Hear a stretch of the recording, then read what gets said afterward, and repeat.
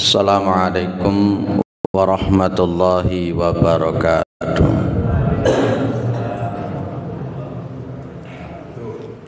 Alhamdulillah,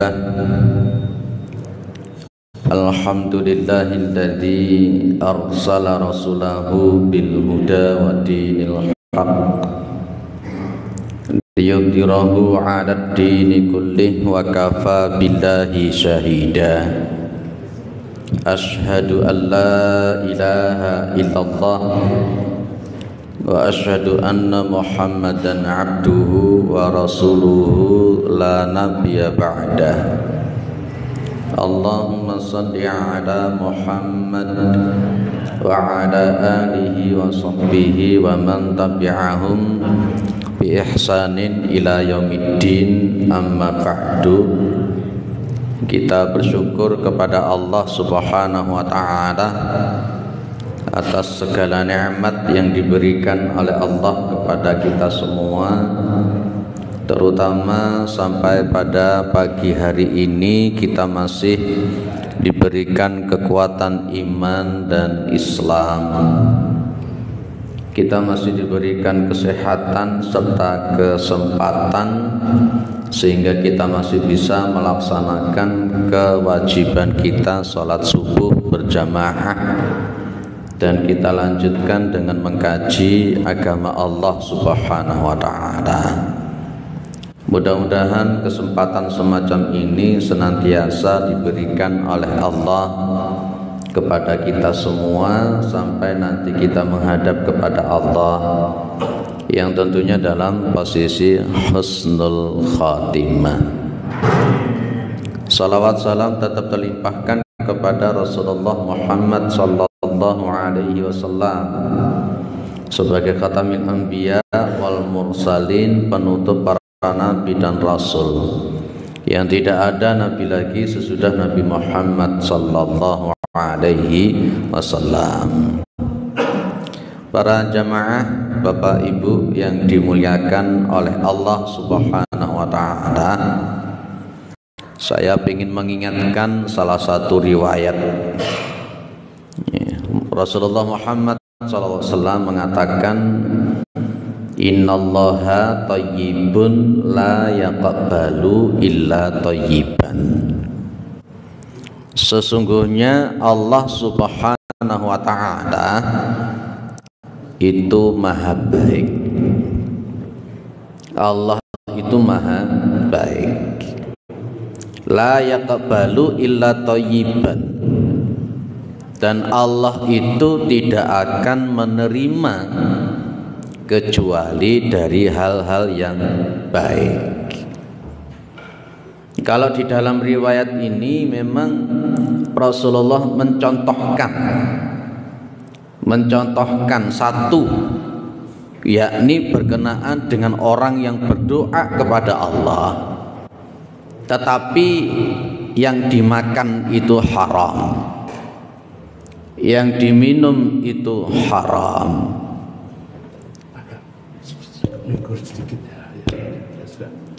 yang dipakai juga haram, dan sarapan paginya juga sesuatu yang haram. Di situ kan konteksnya yamuddu yadaihi ilas samai fayaqulu ya rabbi ya rabbi ya rabbi. Dia mengangkat kedua tangannya, dia bilang ya Allah, ya Tuhanku, Tuhanku, Tuhanku. Dan Rasulullah mengatakan mat'amuhu haramun, masyrabuhu haramun, malbasuhu haramun, wa ghudhiya bil haram. Makanannya haram, minumannya haram, pakaiannya haram, sarapan paginya haram. Maka kemudian Rasulullah mengatakan fa anna yustajaba lahu. Kalau dalam riwayat yang lain pakai fa anna yustajaba lidzalik. Bagaimana doanya itu dikabulkan, karena konteksnya yang dimakan, yang diminum, yang dipakai haram. Ini salah satu contoh yang dicontohkan oleh Rasulullah Muhammad sallallahu alaihi wasallam. Jadi sesuatu yang haram yang kita makan itu punya efek samping. Ya, konsekuensinya doa kita itu tidak diterima oleh Allah Subhanahu wa taala. Apakah la yaqbalu ila thayyiban itu hanya hubungannya dengan masalah makanan? Tidak. Kita coba rinci ya, sesuai dengan Al-Quran ataupun Sunnah Rasulullah Muhammad sallallahu alaihi wasallam. Baik, yang pertama ada aqidatun batilatun, akidah yang batil, akidah yang rusak, akidah yang tidak benar. Akidah yang tidak benar ini pun tidak akan diterima oleh Allah Subhanahu wa taala. Nanti kita akan kembangkan di antara ciri kalau akidah itu tidak benar itu yang kayak apa. Suatu saat Umar bin Khattab radhiyallahu an jalan gitu ya, ketemu dengan seorang rahib, ketemu dengan seorang pendeta. Sang pendeta ini kemudian dipanggil oleh Rasulullah, oleh Umar bin Khattab radhiyallahu anhu. Setelah dipanggil, dilihat ada bekas-bekas ibadah yang dilakukan oleh sang rahib, oleh sang pendeta ini. Kalau dalam konteksnya itu di dalam riwayat ini sang rahib ini sudah melakukan peribadatan yang cukup lama, sehingga menampakkan bekas-bekas yang ada pada dirinya, pada fisiknya, kalau dia itu telah melakukan peribadatan yang cukup lama. Begitu Umar bin Khattab melihat yang semacam ini, Umar bin Khattab nangis. Nangis sampai kemudian sang rahib kemudian bertanya, "Ya Umar, ma yubakika?" Ma yubakika ya Umar, yang membuat Anda menangis itu apa wahai Umar? Jawaban Umar simpel. Dzakartu ayatan fil Quran. Ya, dzakartu ayatan fil Quran. Saya itu ingat salah satu ayat di dalam Al-Quran. Aba amilatun nasibah tasla naran hamiyah. Amilatun nasibah itu kalau terjemahan tekstual, orang itu rekodoyo tenanan sungguh-sungguh berupaya melakukan ibadah, tapi ternyata taslanaron hamiyah, amalan ibadah yang dia lakukan itu justru memasukkan dia ke dalam nerakanya Allah Subhanahu wa taala. Itu yang dimaksud dengan amilatun nasibah tasla naran hamiyah. Sang rahib, sang pendeta ini tahunan, sekian tahun dia itu melakukan ibadah, tapi justru sang pendeta ini tetap dimasukkan ke dalam nerakanya Allah Subhanahu wa taala. Kita khawatir kita ini sudah ngoyo ibadah. Kita khawatir kita itu sudah tenanan rekodoyo, betul-betul sungguh-sungguh melakukan ibadah, tapi justru ibadah kita ini malah mengantarkan kita ke dalam nerakanya Allah Subhanahu wa taala. Kenapa? Karena aqidatun batilatun, karena akidah yang tidak benar. Para jamaah yang dimuliakan oleh Allah, sekarang kita coba sedikit kembangkan.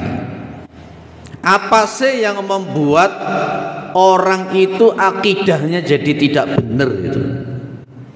Singkatnya, padatnya itu adalah ketika seseorang itu melanggar rububiyah dan uluhiyahnya Allah.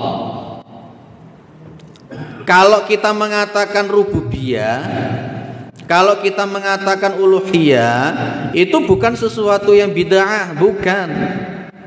Ini namanya istiqra. Ya, jadi kayak contoh begini. Imam Malik itu mengatakan rukun wudhu lebih daripada 6. Sementara Imam Syafi'i mengatakan rukun wudu itu ada 6. Imam Hanafi beda lagi. Rasulullah memang tidak pernah mengajarkan ini rukun wudu begini, rukun tidak ada. Sehingga para ulama madzhab 4 kemudian berbeda pendapat di dalam masalah rukun wudu. Loh, dari mana mereka mengatakan ini arkanul wudu? Itulah yang kita sebut dengan istiqara'. Sama, tidak ada Rasulullah menyebut rububiyah, tidak ada. Sama, Rasulullah tidak menyebut uluhiyah, tidak ada. Tapi para ulama istiqara' tadi itu kemudian memberikan namanya ini namanya rububiyah, ini namanya uluhiyah. Orang itu akidahnya bisa batil kalau dia itu bertentangan dengan rububiyah dan uluhiyahnya Allah Subhanahu wa taala. Rububiyah itu apa? Rububiyah itu kan kita pahami kalau kita amati. Contoh umpamanya dalam posisi salah satu kitab punyanya Syekh Muhsin Al-Badr, judulnya Fikih Asmaul Husna. Ini bagus kitab ini. Kitab ini saya kaji rutin di Masjid Al-Ikhlas Raya Langsep. Ya, Fikih Asmaul Husna. Kita belajar khusus membahas tentang Asmaul Husna. Kitabnya bagus, punyanya Syekh Muhsin Al-Badr. Rububiyah itu berarti adanya sebuah keyakinan. Keyakinan yang kayak apa? Allah itu satu-satunya Al-Khaliq. Allah itu satu-satunya yang menciptakan. Allah itu adalah Al-Malik. Allah itu satu-satunya pemilik, penguasa alam semesta. Allah itu Al-Mudabbir. Allah itu satu-satunya zat yang mengatur. Allah itu Ar-Razzaq, satu-satunya yang memberikan rezeki. Allah itu Al-Mun'im. Allah itu satu-satunya zat yang memberikan nikmat. Allah itu Al-Wahhab. Allah satu-satunya pemberi karunia. Allah itu Al-Fattah, satu-satunya zat yang membuka jalan kehidupan dan seterusnya. Kalau orang itu bertentangan dengan konteks rububiyah, contoh ini yang dilakukan oleh Qarun. Ketika Qarun laknatullah alaih, dia ini pas ketika ditanya, kok bisa kamu itu sukses, kok bisa kamu itu kaya, kok bisa kamu punya uang banyak dan sebagainya, Qarun hanya mengatakan innama utituhu ala ilmin indi. Saya ini bisa kaya, saya ini bisa sukses karena saya punya ilmu. Wa khasafnahu wa bidarihi al-arda, maka kami benamkan Qarun beserta rumahnya itu ke dalam tanah. Allah tidak suka rububiyahnya dicabut oleh Qarun. Karena Ar-Razzaq itu adalah Allah, Al-Mun'im itu adalah Allah, Al-Fattah itu adalah Allah, Al-Wahhab itu adalah Allah, bukan ilmu yang dimiliki oleh Qarun. Ketika Qarun mengatakan saya kaya karena saya punya ilmu, Allah tidak ridho. Ini orang yang musyrik, dia mencabut rububiyahnya Allah Subhanahu wa taala. Kalau jenengan punya keyakinan, oh aku kerja aku oleh duit, saya punya ilmu saya kaya, saya punya ilmu saya bisa menghasilkan uang, itulah jenengan pada posisi akidahnya sedang batil. Akidahnya sedang batil, telah menyekutukan Allah dalam posisi rububiyahnya Allah Subhanahu wa taala. Apalagi ketika jenengan itu mengatakan ini rumahnya, ini punya saya, milik saya ini. Coba kita amati di dalam Al-Quran mengatakan lillahi ma fis samawati wa ma fil ard wa in tubdu ma fi anfusikum aw tukhfuhu yuhasibakum billah. Segala sesuatu yang di langit dan di bumi itu semuanya miliknya Allah. Itulah yang saya katakan Allah itu Al-Malik. Konsekuensi ketika kita mengatakan Allah adalah Al-Malik, maka semua itu adalah miliknya Allah. Ketika kita mengatakan, oh ini rumah saya kok, Secara tidak sadar itu akidah yang batilah. Rumah yang kita ada ini, kita tempati itu cuma milik Allah, kita tempati. Kita itu cuma sebagai hak pakai. Makanya dulu pernah saya bilang, supaya berkenaan dengan kepemilikan, penguasaan tidak bertentangan dengan al-maliknya Allah, pakailah rumusnya tukang parkir. Bapak-bapak tukang parkir itu mobilnya banyak, motornya banyak, tidak pernah ngaku-ngaku kalau itu mobilnya dia, motornya dia, tidak pernah. Ketika sore hari motornya habis, mobilnya habis, tidak pernah marah-marah itu. Tidak pernah muring-muring, dia malah bersyukur karena amanahnya sudah ditunaikan. Sama jenengan punya ilmu, jenengan punya harta, jenengan punya istri, punya anak, apapun kelebihan itu hak pakai, itu titipan, itu semuanya miliknya Allah.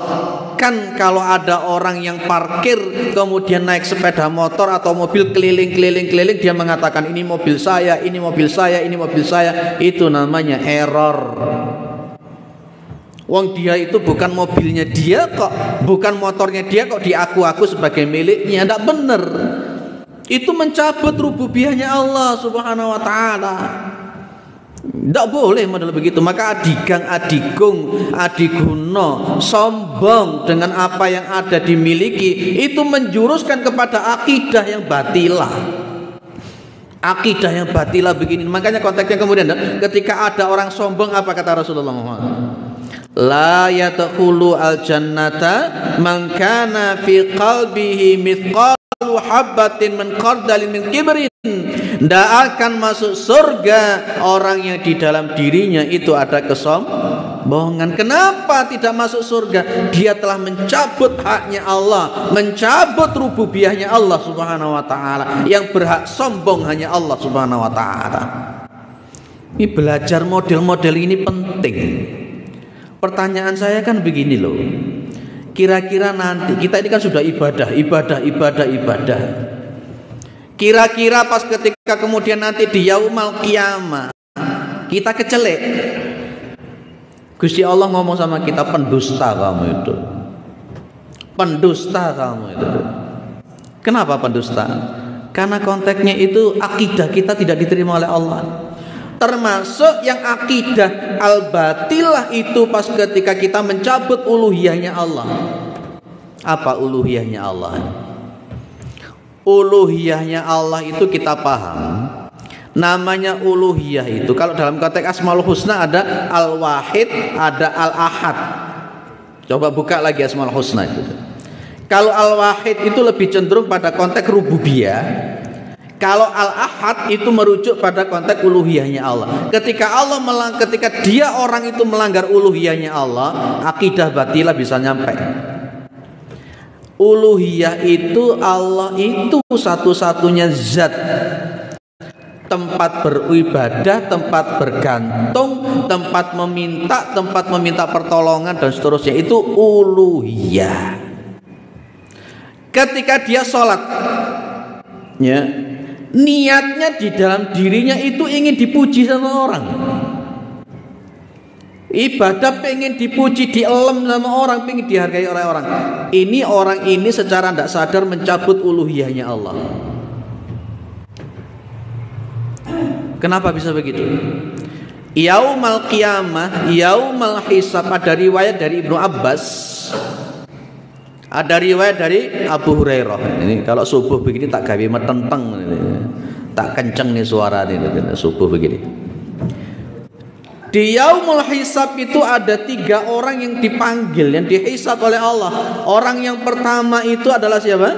Orang yang mati syahid. Dia ngomong di hadapan Allah, qataltu fika hatta ustushhitu. Saya ini perang karena engkau sehingga saya mati syahid. Kata-kata Allah apa? Kadzabta, kamu dusta. Walakinnaka qatalta liyuqala annaka jari'un. Tetapi engkau itu sesungguhnya engkau itu berperang karena hanya ingin disebut sebagai orang yang pemberani. Lemparkan dia ke neraka jahanam. Ini pencabut uluhiyahnya Allah. Wong jenenge ibadah itu ya wa ma umiru illa liya'budullaha mukhlishina lahuddin hunafa wa yuqimus sholata wa yu'tuz zakata wa dzalika dinul qayyimah. Itu ibadah yang benar. Para jamaah yang dimuliakan oleh Allah, ketika dia niat ingin dipuji sama orang, ketika dia niat ketika ibadah ingin dihargai orang, ini pikiran hatinya ke orang. Sejatinya dia itu menyembah orang ini, bukan menyembah Allah Subhanahu wa taala.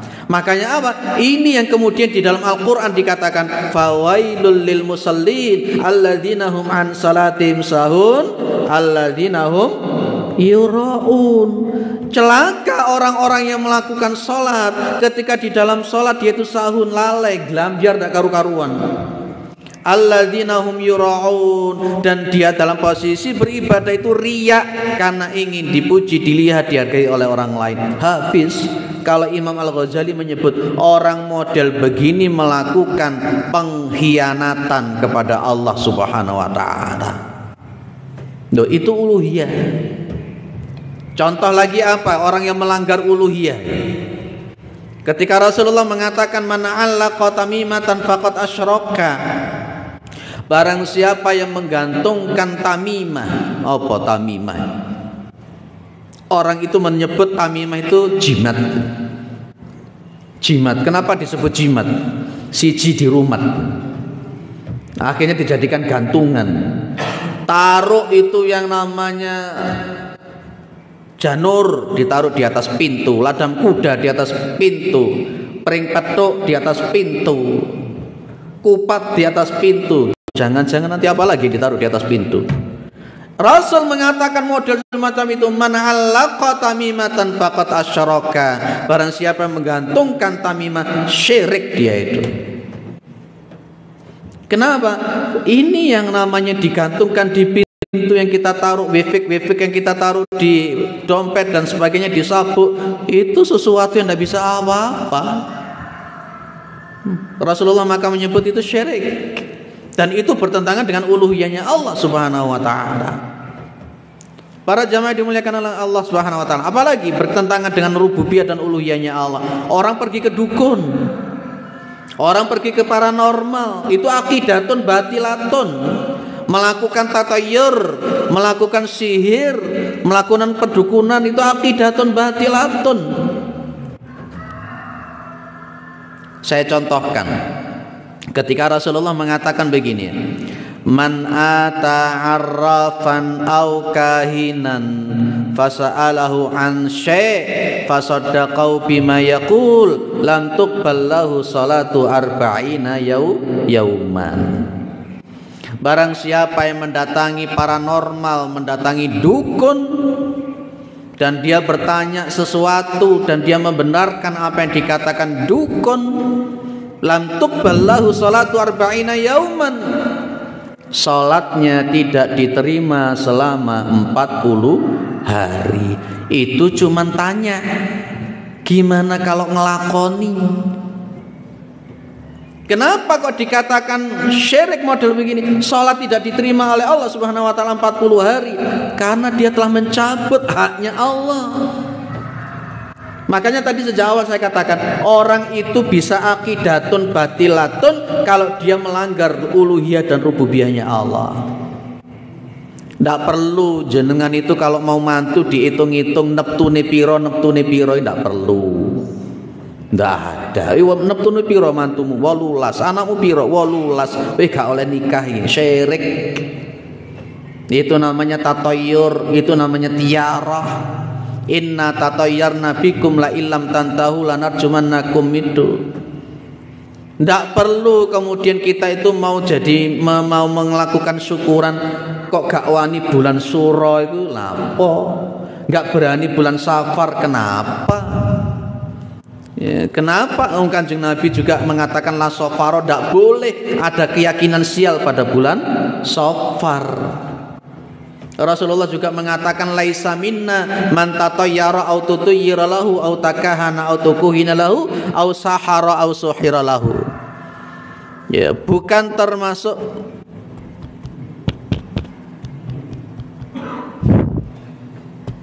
Ini ngaji ini terlalu kencang akhirnya mati itu. Mudah-mudahan bukan sabotase itu. Karena yang dibicarakan sesuatu yang kewenceng-kenceng gitu. Ya. Atau mungkin disuruh tutup ini. Oh, masih kurang 15 menit. Padahal baru poin pertama itu. Tadi saya bilang nanti masih ada poin-poin lagi gitu.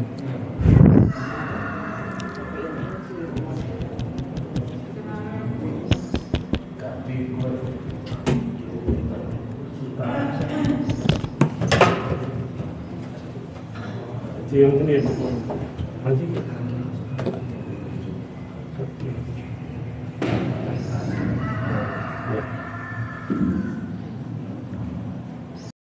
tes. Nah, tes. Sampai mana tadi? Tatayur. Tatayur, insyaallah. Rasulullah mengatakan buatan. Saya tambah orang ngantuk. Laisa minna man tatayyara aw tutayyira lahu aw takahana aw tukuhina lahu aw sahara aw suhira lahu. Bukan termasuk umatku. Artinya tidak diakui sebagai umat Muhammad sallallahu alaihi wasallam. Siapa? Man tatayyara aw tutayyira lahu, orang yang melakukan tatayyur atau datang kepada orang lain supaya orang lain itu melakukan tatayyur. Tatayyur itu apa tuh Pak Ibu? Kita seringkali mengatakan tatayyur kalau dalam Al-Quran memakai tatayyarna bikum la illam tantahu dalam surat Yasin. Tatayyur itu keyakinan adanya nasib sial. Ya, adanya nasib sial karena hari-hari tertentu, karena bulan-bulan tertentu, karena binatang-binatang tertentu, karena hitungan-hitungan tertentu, karena bintang-bintang tertentu. Itu namanya tatayyur. Lekate rabi marang ngono ditakoni, awakmu apa? Oh, kemis paing. Mantumu iku apa? Oh, Jumat wage. Oh, giwing iki ora oleh rabi, engko oleh rabi kok ngene. Itu bagian tatayyur dan itu bagian daripada syirik. Dan itu tidak diakui sebagai umat Muhammad sallallahu alaihi wasallam. Nabi Muhammad tidak pernah ngono-ngono kuwi, tidak pernah. Apalagi konteks itu satu termasuk takahana atau tukuhina lahu, orang yang datang kepada dukun dan kemudian dia melakukan dukun atau orang itu melakukan perdukunan, itu bukan termasuk umat Rasulullah Muhammad SAW. Kebanyakan di masyarakat kita tatayyur sama dukun ini yang banyak. Ya, ini yang banyak dan rata-rata tidak berani untuk meninggalkan. Karena pas ketika kalau meninggalkan mesti ada diocehi, dirasani, di macam-macam. Padahal itu akidatun batilatun yang harus dihilangkan. Para jamaah dimuliakan oleh Allah, saya itu masih ingat ya dengan hadisnya Rasulullah Muhammad SAW.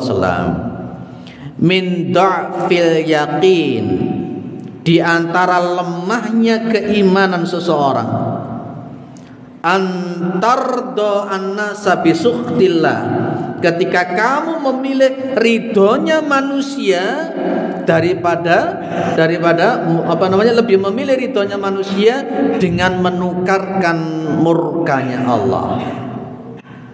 Kita tidak berani meninggalkan tatayyur karena takut untuk dirasani sama orang. Ketika kita melakukan tatayyur itu Allah tidak suka, murka karena itu syirik. Tapi kita lebih mendahulukan manusia. Wedi diilokni, wedi dirasani, wedi dikapakni meneh. Itu tanda ciri kalau iman seseorang itu lemah. Kalau memang berkenaan dengan masalah akidah, ini prinsip saya begini, ini ndak oleh, ya wis ndak oleh. Karena memang akidah yang tidak benar nanti mempunyai efek ibadah kita pun jadi tidak diterima oleh Allah. Clear Pak? Kurang kenceng meneh ngajine atau kekencengan saya?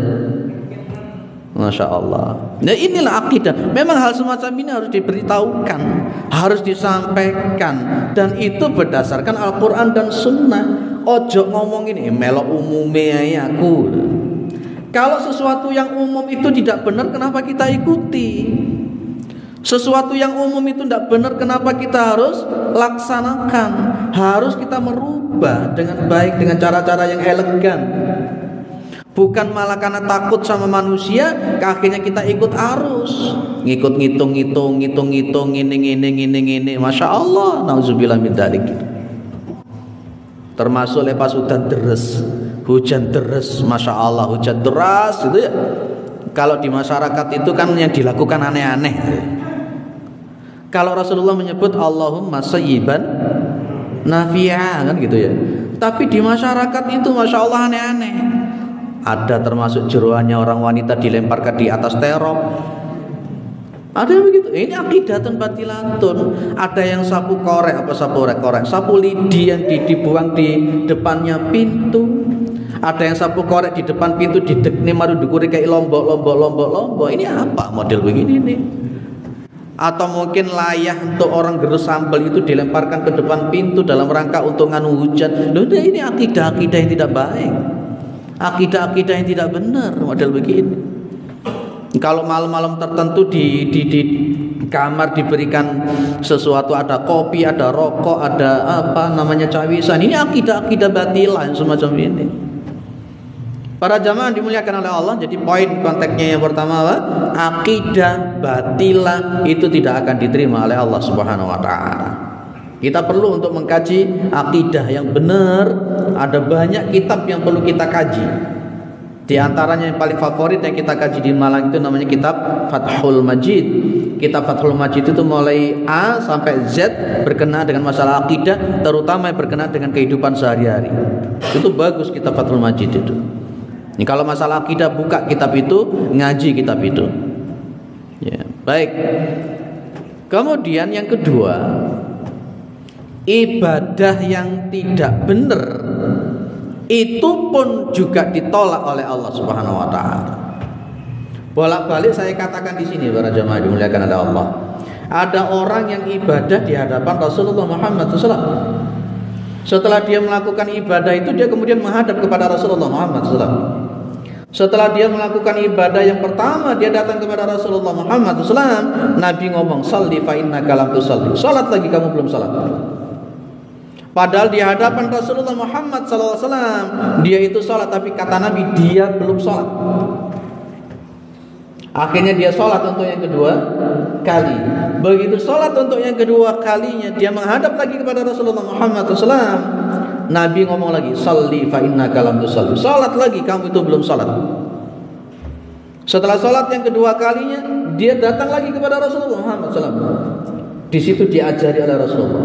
Andai kata Rasulullah Muhammad SAW itu mengatakan salat lagi, mungkin bisa kali puluhan kali dia disuruh mengambil salat. Kenapa? Tata caranya yang tidak benar ini kemudian oleh Rasulullah Muhammad SAW dibilang belum salat. Rasulullah kemudian mengatakan, "Tsummarka hatta tatma'inna raqi'an, tsummarfa hatta tatma'inna qa'iman, tsummasjud hatta tatma'inna sajidan, tsummarfa hatta tatma'inna jalisan," dan seterusnya itu. Ternyata orang ini tadi itu sholatnya dia tidak tumaknina dan tidak menyempurnakan rukuk dan sujudnya. Sehingga Rasulullah mengatakan begini, "Aswa'un nasi sariqatan alladzi yasriqu min sholatihi." Sejelek-jeleknya orang yang mencuri itu adalah orang yang mencuri sholat. Ada para sahabat tanya, "Kaifa yasriqu min salati ya Rasul?" Bagaimana orang itu bisa mencuri sholat? Nun sewu lek basa Jawa nih, sholat diarani nyolong. Dia sholat tapi diarani maling. Rasulullah jawabnya enteng. "Man lam yutimmu ruku'ahu wa sujudahu." Orang yang tidak menyempurnakan rukuknya, orang yang tidak menyempurnakan sujudnya, dia inilah yang disebut dengan mencuri sholat, tidak diterima oleh Allah. Dan di dalam riwayat yang lain Rasulullah itu melihat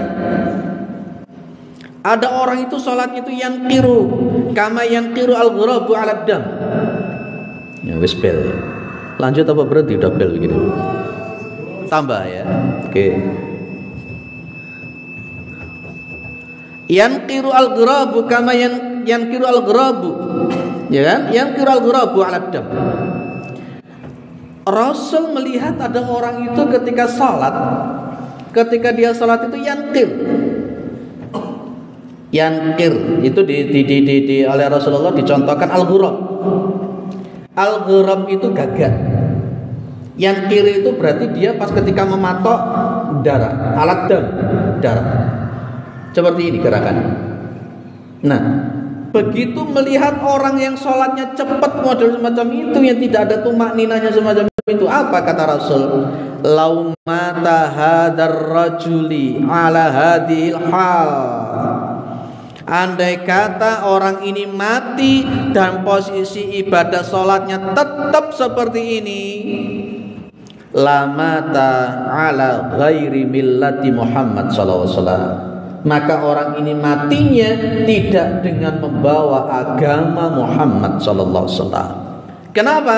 Salatnya tidak diterima oleh Allah karena salatnya bukan salat yang baik. La yaqbalu illa thayyiban. Jangan pahami tumakninah itu dari ucapan. Kalau kita amati di dalam sunnah, tumakninah itu gerakan. Kalau orang mengatakan batasan tumakninah itu minimal 1 kali tasbih, wah seperti yang ada di Blitar itu, 23 rakaat, tidak sampai 10 menit selesai. Saya ngelihat itu ya lucu, mau ketawa. Ini mau sholat apa mau ngejar maling? Saya tidak bermaksud untuk mentahdir, tidak bermaksud untuk mengolok-olok. Tapi aturan sholat harus ditetapkan. Oh Nabi mengatakan itu nyolong. Kok kalau Nabi mengatakan nyolong kan berarti tidak benar.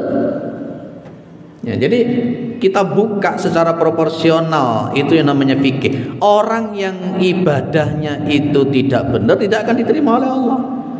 Dan ada aturan-aturan supaya ibadah itu diterima oleh Allah. Kalau para ulama menyebut cara ibadah kita diterima oleh Allah itu syaratnya kan cuma 2 tuh. Kita otak-atik di dalam Al-Quran dan Sunnah, syarat ibadah diterima oleh Allah itu kan cuma 2. Dulu pernah saya sampaikan di sini, namanya mizan batin sama mizan zahir. Kalau untuk yang mizan batin itu hubungannya dengan hati. Wa ma umiru illa liya'budullaha mukhlishina lahuddin hunafa'a wa yuqimus sholata wa yutuz zakata wa dzalika dinul qayyim. Itu syarat mutlak. Karena memang ada orang yang hijrah dari Mekah ke Madinah hanya karena ingin mendapatkan wanita, tidak mendapatkan apa-apa dia. Dan kemudian konteks syarat yang kedua yang harus kita lakukan supaya ibadah diterima oleh Allah, itu namanya mutaba'ah. Mutaba'ah itu apa? Ittiba'un ilan Nabi Muhammad sallallahu alaihi wasallam. Secara tekstual disebut Muhammadiyah.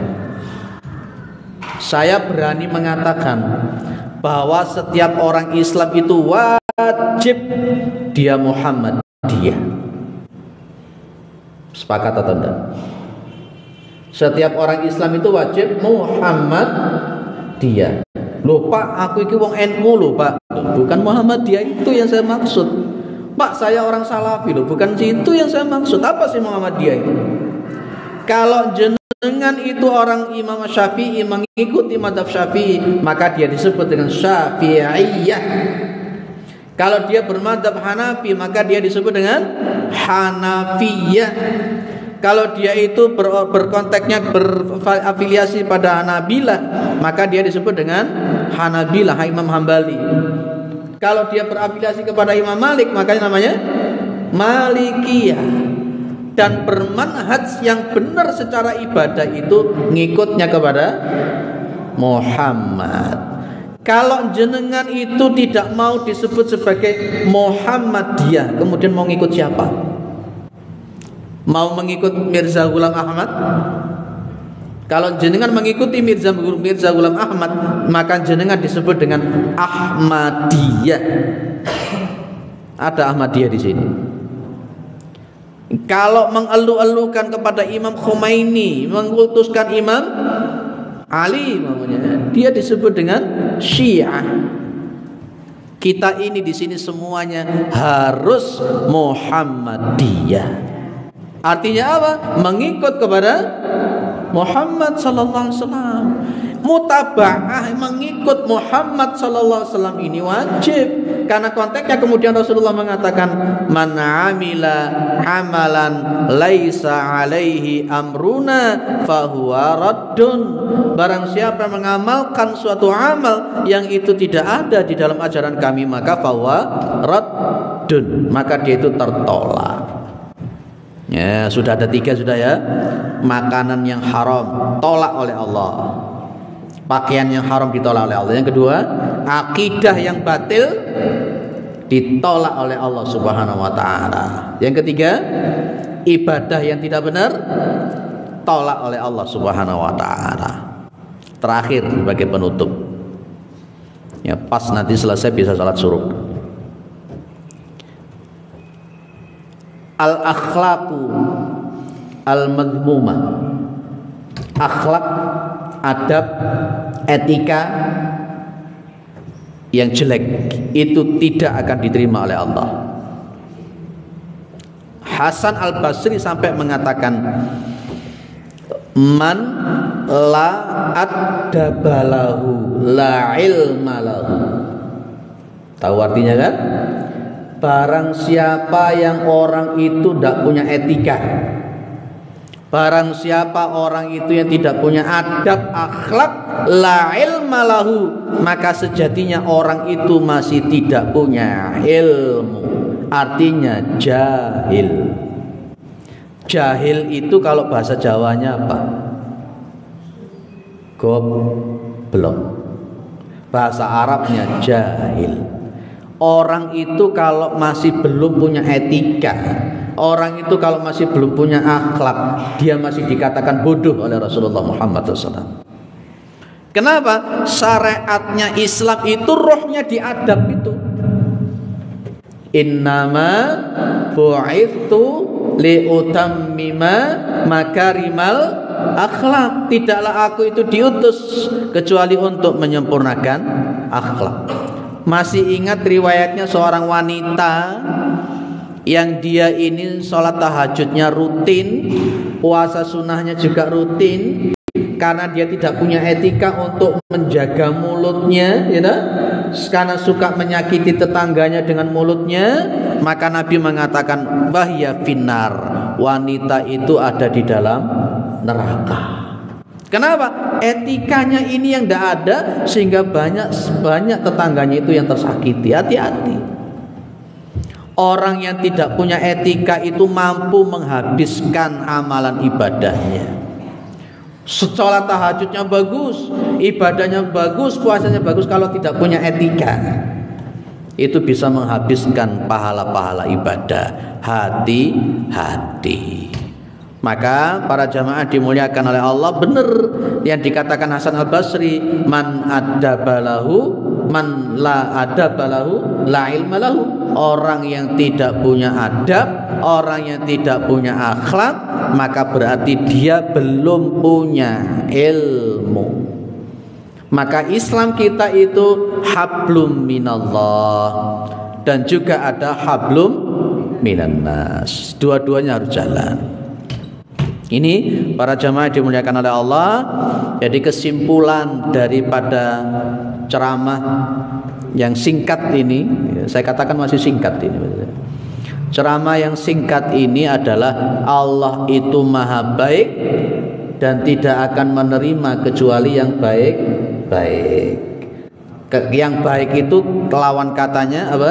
khabith yang tidak baik, akidah yang tidak baik, ibadah yang tidak baik, akhlak yang tidak baik, makanan-makanan yang tidak baik, semuanya ditolak oleh Allah Subhanahu wa taala. Jangan sampai kita kemudian melanggar rububiyah dan uluhiyahnya Allah Subhanahu wa taala. Mudah-mudahan bermanfaat. Tidak ada diskusi, tidak ada dialog. Baik, mudah-mudahan kita adalah orang-orang yang husnul khatimah. Mudah-mudahan kita ini adalah orang-orang yang berakidah lurus. Mudah-mudahan kita adalah orang-orang yang beribadah benar dan berakhlak yang benar. Dan mudah-mudahan kita dimasukkan dalam surganya Allah Subhanahu wa taala. Subhanakallahumma wa bihamdika asyhadu an la ilaha illa anta astaghfiruka wa atubu ilaik. Assalamualaikum warahmatullahi wabarakatuh.